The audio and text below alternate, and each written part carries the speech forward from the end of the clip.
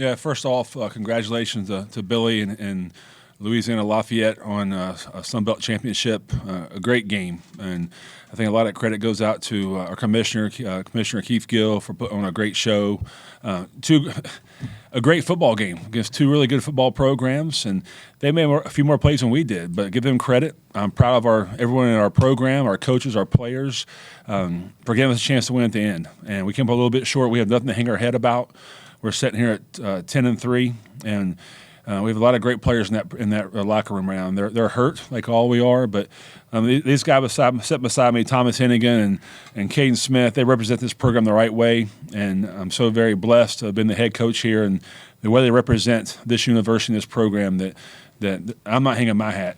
And I know I'm proud of them, I love them, and we'll be back next year. Questions for the student athletes first, please. If you have a question, raise your hand and we'll ready. David Ware, 24/7 Sports. Caden, I think Sean's assessment, just a few more plays here and there.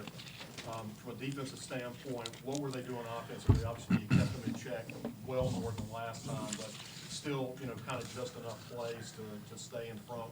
What was the kind of the vibe you were feeling out on the field? They're a great football team. They obviously have a great system, a very effective system.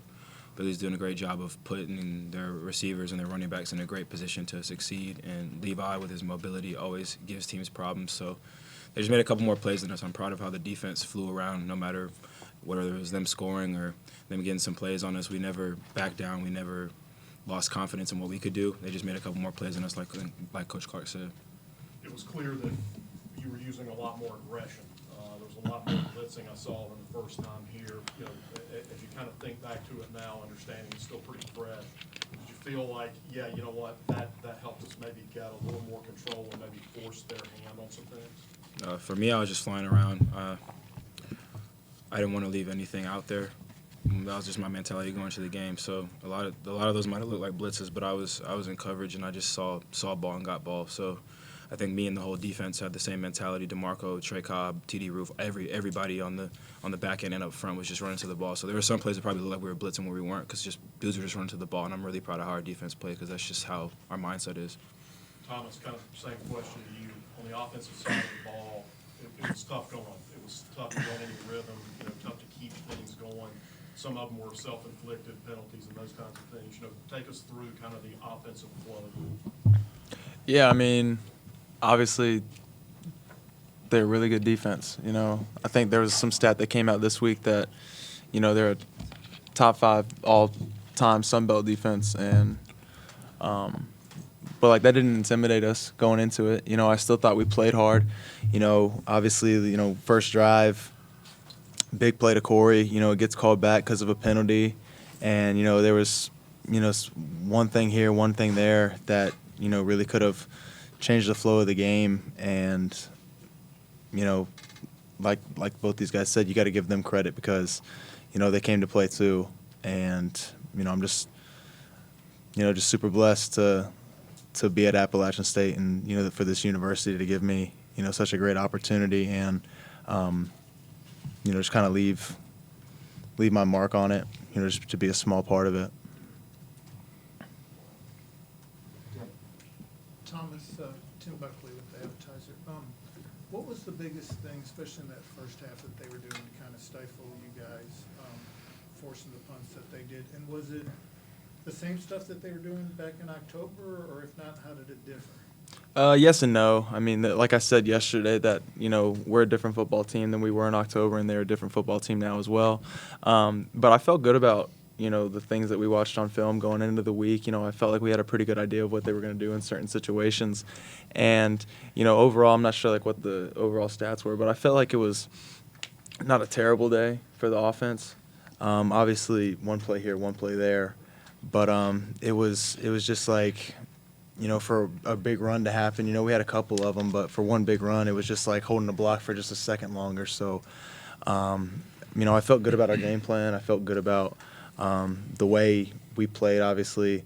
Some catches that I know some guys in the receiver room wishes we could have back. I know I have a couple. Chase ran the ball extremely well. I thought we fought hard. I really do. So yeah. Any other questions for the student athletes? Caden, you guys were able to kind of follow up their running game in the first half. The second half, they started getting something going, especially with Amani Bailey.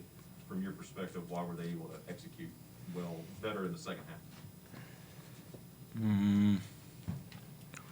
I'm not sure. I mean, that's something we'll have to watch on the film. Our game plan, kind of just traditional here, is kind of just to stop the run and have some fun. That's just kind of how we trust the back end to make plays in man coverage. So I don't know. We have to watch the film on that one. I'm just thinking the second half. I think we just they were just in more situations when they were up where they had more flexibility to run or pass. So I think we couldn't necessarily come as downhill as we wanted to, knowing that we had to respect the pass game, especially after they made some big plays in the pass game in the first half. Any others for the student athletes? Guys, we appreciate it. We can turn you loose. Congratulations on your season. Good luck in your bowl.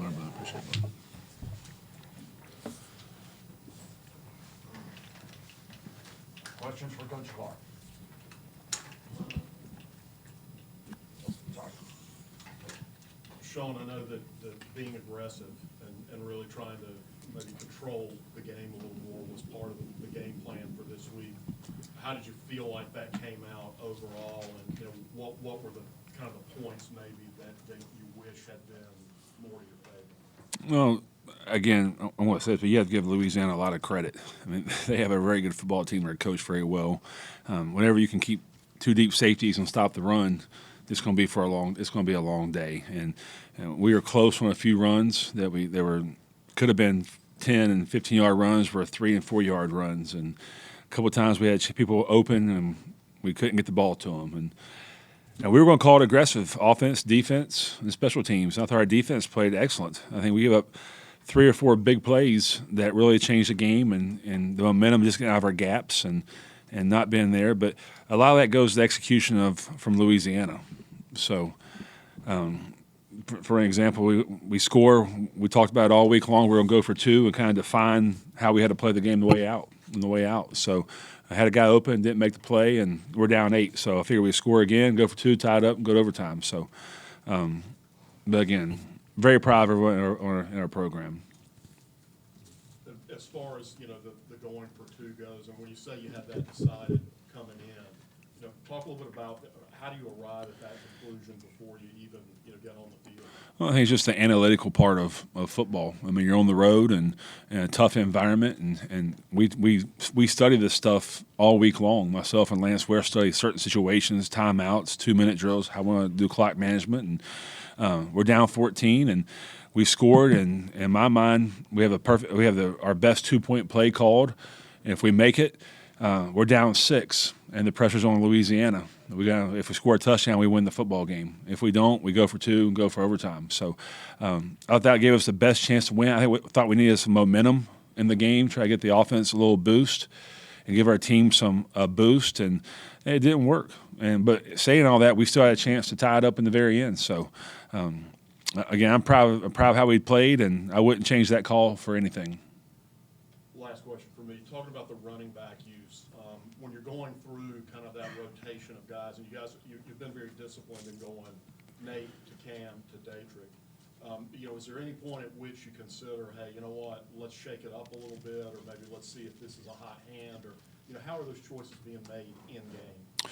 Well, I think we have 4 good running backs, and Nate was going to be the starter, and Cam was coming in, and Daytrick was going to get his shot there, the 3rd or 4th series, and second half Cam got banged up a little bit, couldn't play anymore, and we ran what we had, and Nate rushed for 44 yards on 12 carries, and Cam was 8 for 62. So, but again, we have to do a better job of being able to run the football when they play 2 deep safeties. And if we can't run the ball in that look, then it's going to be a long day, and it was. Coach, Raymond Parks with 1037 game. How key was it early on for their defense to be able to get the pressure? They got a couple of sacks, a lot of tackles for loss, kind of collapsed the pocket, disrupt your offense. How key was that for them to kind of make that right off the bat? It was key. I mean, we knew coming in they were going to make some plays, and we had to counteract that, make some big plays in the passing game. But they may plays all year long, and we knew they were going to make their plays. Or their defensive line coach does a great job. Their D coordinator does a great job of really adding on your linebackers to do it. We had to get rid of the ball faster, but it wasn't anything we were doing. They made a play, we made a play. It was a I thought, in my opinion, I haven't watched the tape yet. It was a great football game, and we just couldn't get into a rhythm that we were used to. And when you can't get in the rhythm, you're scratching for every single yard. And we still had a chance at the very end to win a football game. So it is what it is. We'll come back to get ready for a bowl game and try to win 11 games this year. Coach Tim Buck, the Advertiser. Along the lines of what I was asking Thomas, was it the same stuff they were throwing at you from their defense in that first half that they've done all season, or were there wrinkles to it? It was basically the same thing, and that's one thing I think makes our program and their program two of the top teams in our conference is we have a system, both Louisiana and Appalachian State. We stick to our system, and we try to execute better than the opposing team. And then when you come to a championship game and you don't execute and the other team does, that hey, you come on the short of the stick. And there were some plays they would probably take back also that they didn't execute. And I started looking at fourth down conversions. They were 1 of 3 and we were 2 for 2. That's an example of two great programs knowing what they're going to do before it happens. And again, hats off to them. But I'm very proud of our program, and I'm very proud of where we are. We have a lot of young guys coming back. We have a bowl game to play, but this game was about us, and they made a few more plays than we did.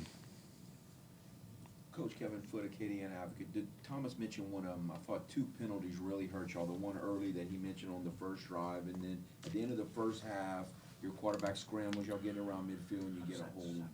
That really kind of, y'all were only down, it was a really close game at that point. Just talk about with those 2 penalties. Yeah, it's the first penalty was tough to swallow. We throw a dig route when I think it was like 35 or 40-yard gain. We had a little momentum, and we were trying to get into a flow of things, and you get it called back. That's just deflates as you're trying to call a game of trying to get some kind of rhythm. It took us a long time to get out of our opening plays. We stripped the first 10 plays in our openers, and it took us a while to get out of that. And but yeah, those penalties they hurt. I mean, you try to have 0 penalties in a football game, which is hard to do, but when you have penalties, when you have big plays and bring them back, that deflates an offense. I have a Zoom question coming in for Coach. What makes Louisiana's defense so tough to move against consistently? I think they've recruited very well here. I think that's probably the biggest thing. They got really good players, so they're really good football coaches, and they're long and they're athletic. And I think 17-4 have been here for, I don't know, as long as I've been here. So probably longer than Hennigan and those guys. And they're great players. And I got a lot of respect for those guys. I grabbed both those guys after the game and told them congratulations, and man, you guys play the game the right way. And I think that's the respect that we have for Louisiana, and they have for us. And again, I'm happy for those guys, sad for our guys, but we'll be back, and we have a bowl game to play, get ready for, probably here in 14 days or so. And but there's nothing to hang our hats by, guys. We got beat, and we got to own it again and get ready for the bowl game and send these seniors out in the right way. Scott Prather, ESPN Lafayette. Having played this game in Lafayette and in Boone, from a coach's perspective, how big is home field in a conference championship? I think it's big. I mean, anytime you can play in your home crowd, it gives you that home field advantage, that 12th man, if you will. It's big. And again, I give Louisiana administration credit for having a great crowd. It's the best crowd I've ever seen here. I think I played here 5 or 6 times, I believe. I think, was this the 8th time we played in 4 years, if I'm not mistaken? 7th time in 4 years. And I'm not sure how many teams in college football played that many times in 4 years. So it does give a home field advantage. Again, we like to play at the Rock, but we lost down here. So, but Commissioner Gill's done a great job with this format as far as the championship game, and it's great for our conference to be on national TV, and I'm very proud of that. Coach, I have one more from Zoom. In a season in which Cincinnati and the Group of Fives American has been a big story, how do you assess the Sun Belt's strength now, and what do you see going forward? I said this yesterday with the additions that we have coming to this conference and what we have now. In my opinion, I think our commissioners and our athletic directors have set ourselves up to be the premier group in college football for the group of five. And I'm very proud to be a part of that. Appalachian State University is very, very proud to be a part of the Sun Belt Conference. And I'll put our conference toe-to-toe with anyone else in the group of five. And we've shown that this year. We've beaten AAC team in East Carolina, who was bowl eligible. We beat Conference USA, who was a bowl eligible team in Marshall. And I mean, there's a lot of good teams out there, but this conference from top to bottom is the best it's ever been. And I think we're still climbing. And I know for myself and our university administration, we're very proud to be a part of it.